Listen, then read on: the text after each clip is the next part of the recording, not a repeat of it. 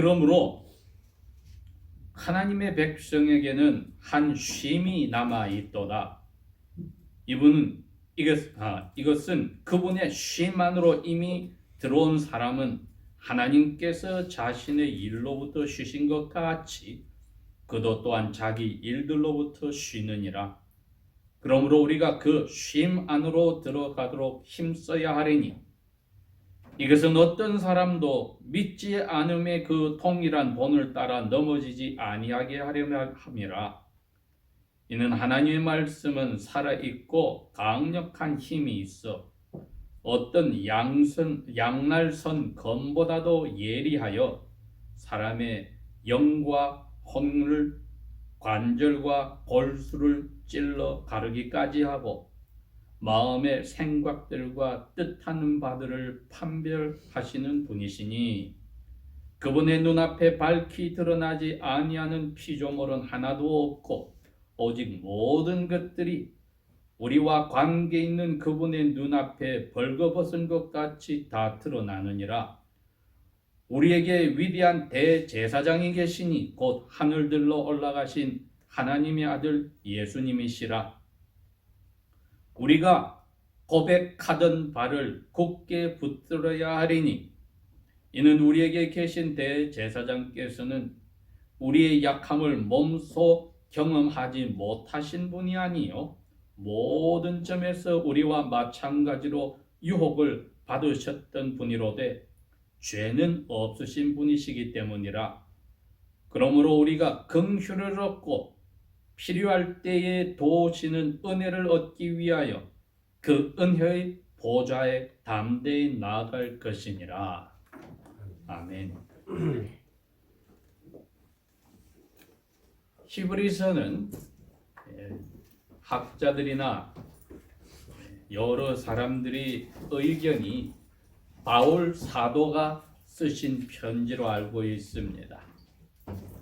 사도 바울의 이 편지가 보통은 개인들이나 어떤 교회에 문제들이 생겼을 때 그것을 해결하기 위해서 씁니다. 물론 그분이 돌아가시기 직전에 유언처럼 쓰신 디모데서는 개인 디모데에게 앞으로 일어날 일들에 대한 경고까지 겸하여서 목자로서의 삶을 어떻게 해야 될지를 가르치는 유언과 같은 편지도 있지만 오늘 이 히브리서는 불특정 대중들인 이 세상에 흩어져 있는 모든 유대인들이 그 가운데 그리스도인들이 꼭 기억하고 믿음이 흔들리지 말아야 될 것을 생각하고 쓰신 편지입니다. 그래서 서신 이름이 유대인들이다, 히브리인들이다, 그들에게 쓴 편지라고 되어 있습니다. 유대인들이 다른 모든 이방인들과 다른 점이 무엇입니까?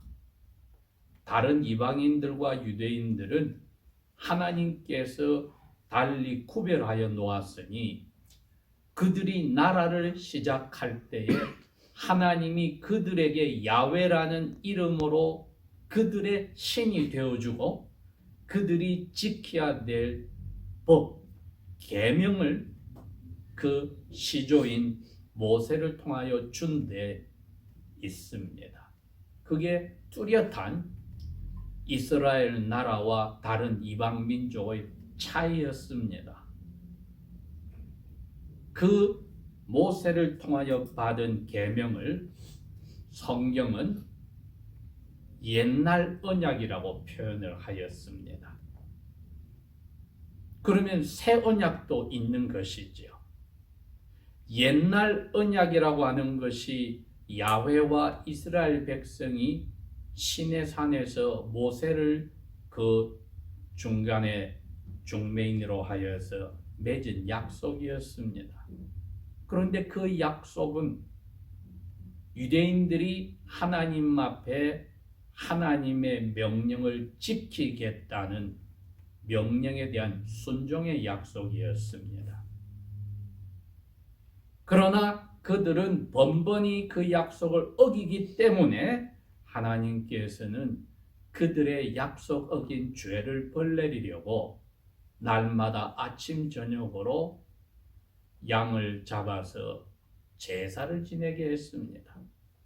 그리고 나라 전체의 죄를 또 하나님 앞에 고백하고 용서받기 위해서 1년에 한 번씩 대제사장이 먼저 자기의 죄를 위하여서 짐승을 희생시키고 그 다음에는 언약을 끝까지 지키지 못하고 계명을 어긴 이스라엘 나라 전체를 위하여서 짐승을 죽여서 하나님 앞에 하나님이 계신 성막 지성소 안으로 들어갔습니다.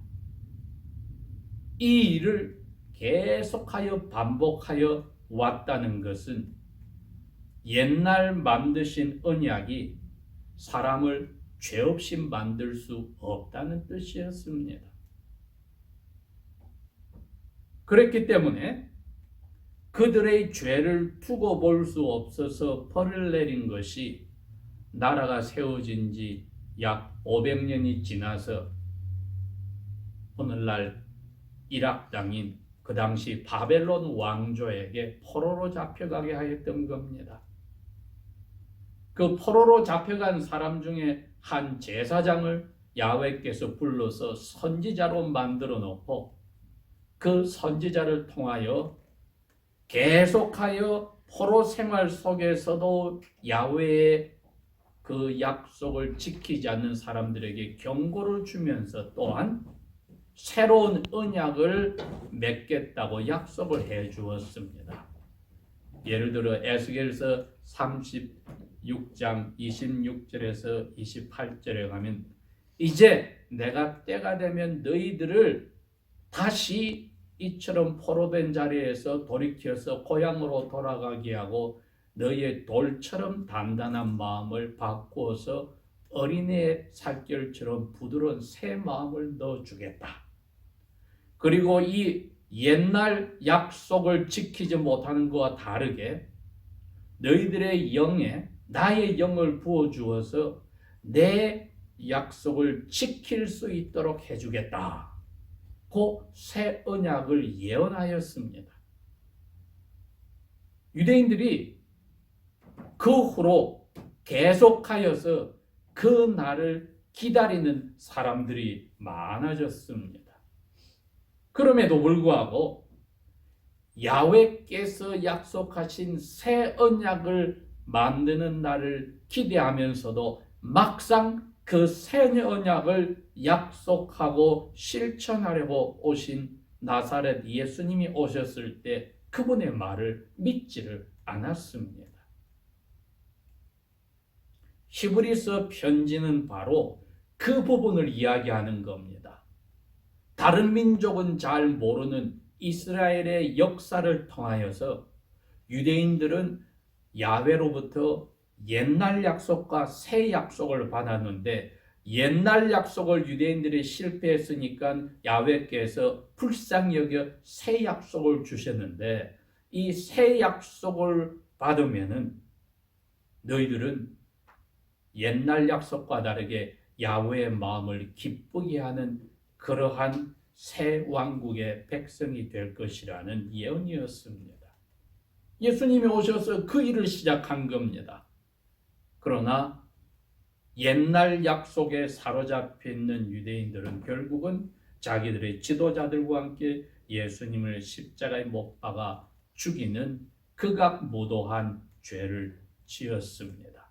그럼에도 불구하고 야훼께서는 에스겔서를 통하여 이미 예언을 하신 약속대로 새 언약을 지켜가기로 했으니 약속은 구약시대의 그 약속은 유언과 같아서 약속을 한 사람이 죽을 때에만 효과가 있는데 예수님이 아버지와 맺은 그 약속을 이스라엘 백성에게 효과 있게 하려면 자기가 예언을 한 약속에 따라 죽어야 되었습니다. 그래서 짐승의 피로 야훼께 화를 풀어달라고 했던 구약의 약속과 다르게 유대인들에게 예언되었던 새 약속은 사람이 짐승 그 예표였던 사람이 야훼께 자기 자신을 예물로 바치는 그러한 새 약속이 이루어졌습니다. 죽는 순간에 약속은 효과가 있게 되었습니다. 아니나 다를까 예수께서 죽으시고 사흘 만에 살아나신 후로는 제자들에게 이제 새 약속의 효과가 있으니 너희들은 그 새 약속이 가진 하나님 나라의 삶을 살아야 된다고 강조하시면서 예언대로 하나님께서 약속하신 성령을 너희들이 이제 새 언약의 나라의 사람으로 받게 된다고 이야기하셨습니다. 히브리서는 이 차이를 설명을 해줍니다. 왜 이것이 중요한지를 유대인들에게 설명을 합니다. 왜 유대인들은 모세가 주신 율법을 그대로 열심히 지키면 하나님께 용서받는다고 하는 무서움에 떨면서 희생 제사를 바치고 죄 용서받고 하는 일을 날마다 되풀이하였기 때문에 이분들이 그 두려움에서 벗어나는 길은 새 약속의 예언을 기억하라는 것이었습니다. 새 약속은 사랑으로 되는 거야. 두려움으로 날마다 희생 제사를 바치고 기도하는 게 아니라 사랑으로 되는 것이니 너희들을 내가 죽이지 않고 짐승으로 죽였던 그 본체인 나사렛 예수를 내가 죽여서 너희들을 사랑으로 내가 용서해 주는 거야. 이 새 약속을 너희들이 붙잡아야 돼 하는 것이 유대인 그리스도인들에게는 꼭 기억해야 될 진리였습니다. 히브리서는 내용이 그겁니다. 너희들은 이제는 옛 언약의 부족하였던 것을 새 언약으로 바꿔친 것에 붙잡아야 돼. 유대인들은 이것을 이해를 잘합니다. 왜? 해마다 대제사장이 나라를 위해서 짐승을 잡아가는 것을 보았고 이것으로 죄가 용서되었으나 또 다음에 또 죄 용서를 받아야 되고 날마다의 죄는 아침 저녁으로 희생 제사를 바쳐서 용서를 받아야 되는 이 지긋지긋한 죄에서 벗어날 수 없으나 다른 민족과는 다르게 용서를 받고 날마다 살아가는 그 불안함에서 벗어나는 길이 없었습니다. 이 세상에 나머지 종교들은 여전히 그렇습니다. 두려움 속에 자기들이 신이라 부르는 그것에게 평화를 갈구하기 위해서 자기들이 정성을 다하고 공덕을 쌓으려 하고 별의별 것을 다 하고 있습니다. 두려움.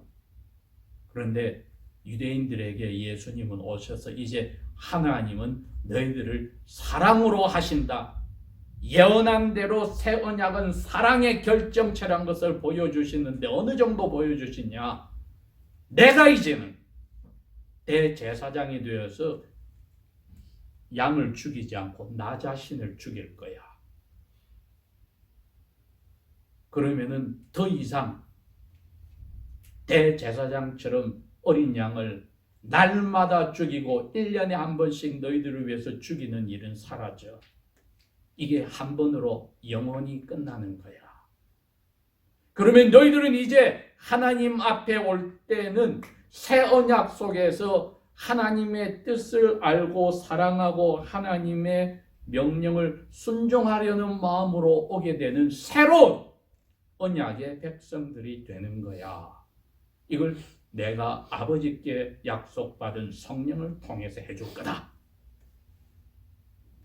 히브리서는 이 차이점을 유대인들에게 정확하게 보여준 겁니다. 유대교 그리스도인들은 나머지 비그리스도인 유대인들과 다르게 이 차이를 확실히 붙잡아야 된다고 했습니다. 히브리서는 그 차이를 그리고 어느 것이 더 배로 좋은 것인지를 확실히 보여주었습니다. 왜 그랬을까요?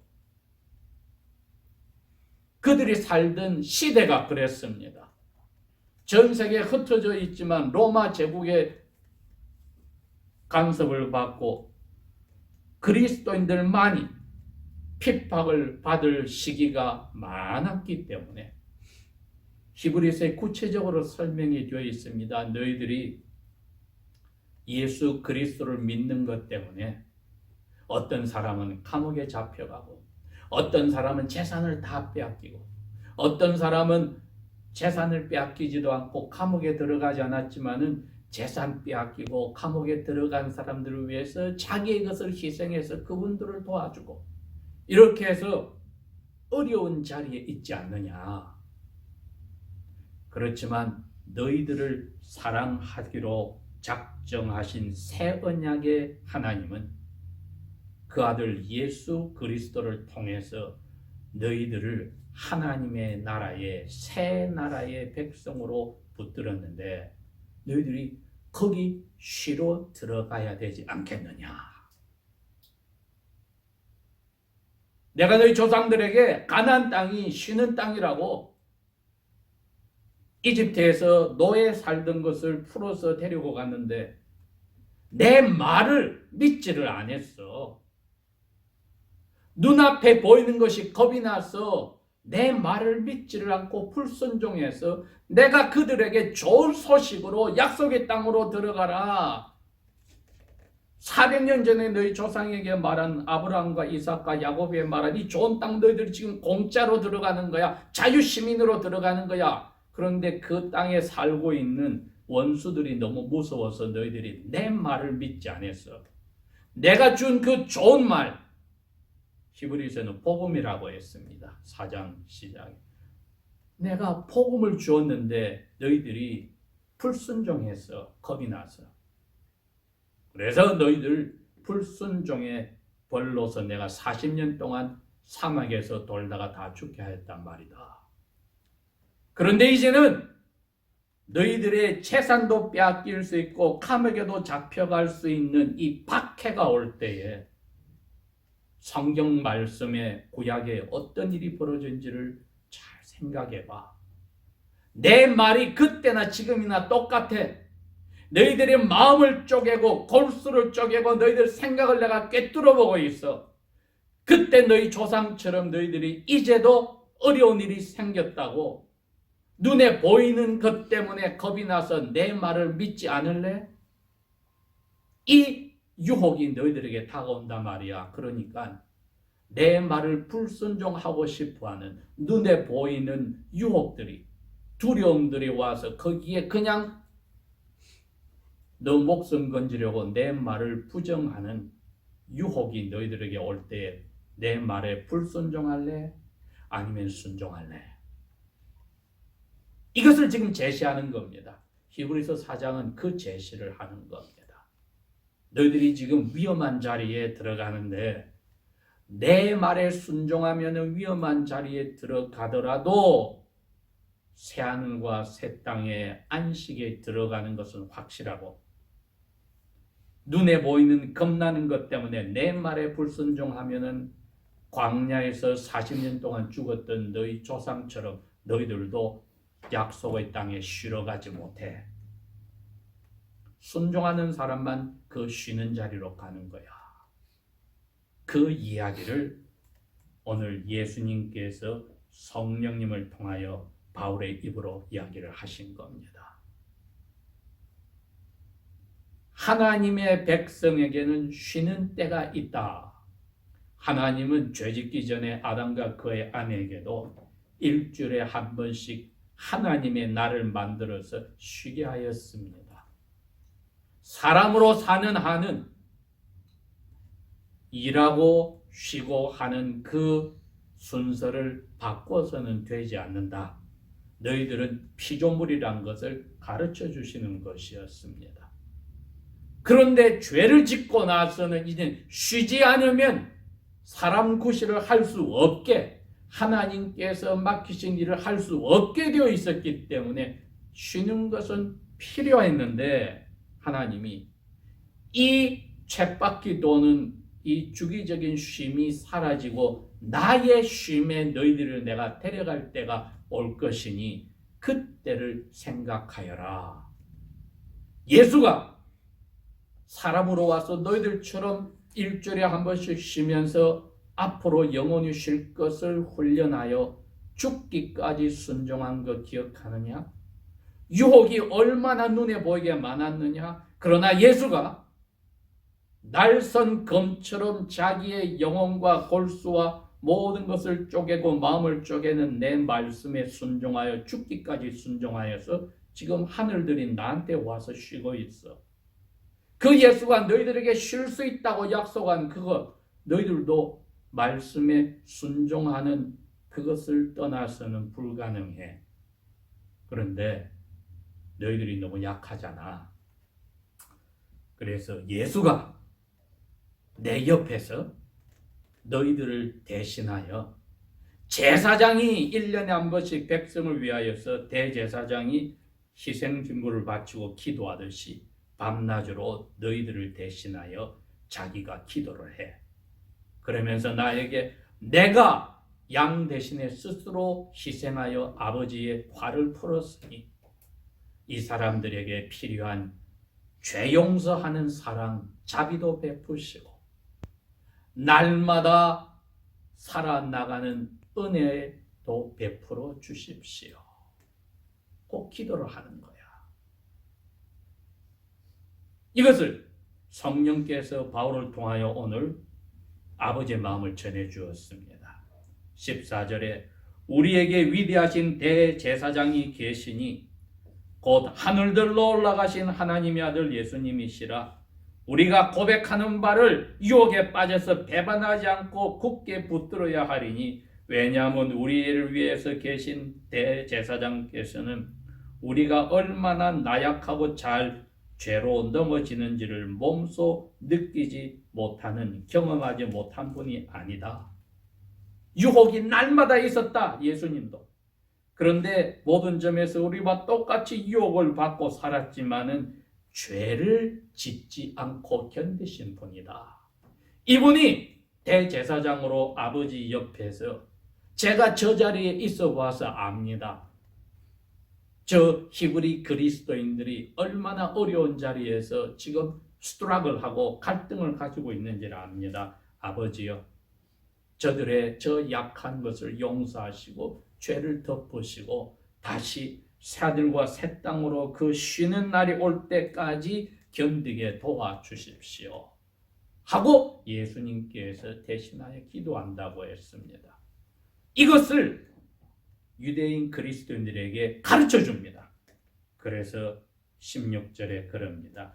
우리 유대인 그리스도인들은 이 자비를 얻었고 우리가 유혹에 빠질 때마다, 우리의 힘들 때마다, 즉 우리가 도움이 필요할 때마다 우리를 도우시는 은혜를 얻기 위하여 그 은혜의 자리로 기도함으로 담대히 나아가자. 그래서 우리의 기도 생활은 여러분 바로 예수 그리스도께서 우리에게 보여주시고 하나님의 쉬는 하늘에 가신 것을 생각하면서 그 대제사장이 우리 대신에 기도해서 우리도 그 쉬는 날이 오는 것을 기대하고 사랑하고 유혹에서 견디라고 가르쳐 줄 겁니다. 우리가 쉬는 날이 있습니다.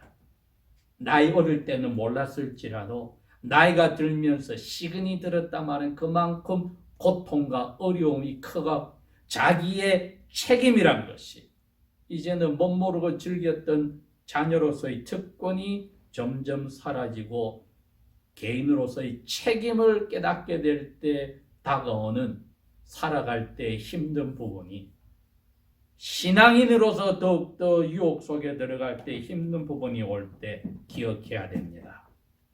우리가 긍휼을 얻고 유혹의 때에 그만두고 싶으려 할 때에 필요할 때에 도우시는 은혜를 얻기 위해서 예수 그리스도 하늘에 가신 우리 대신 기도하시는 대제사장의 이름으로 아버지의 은혜 보좌 앞에 나아가자.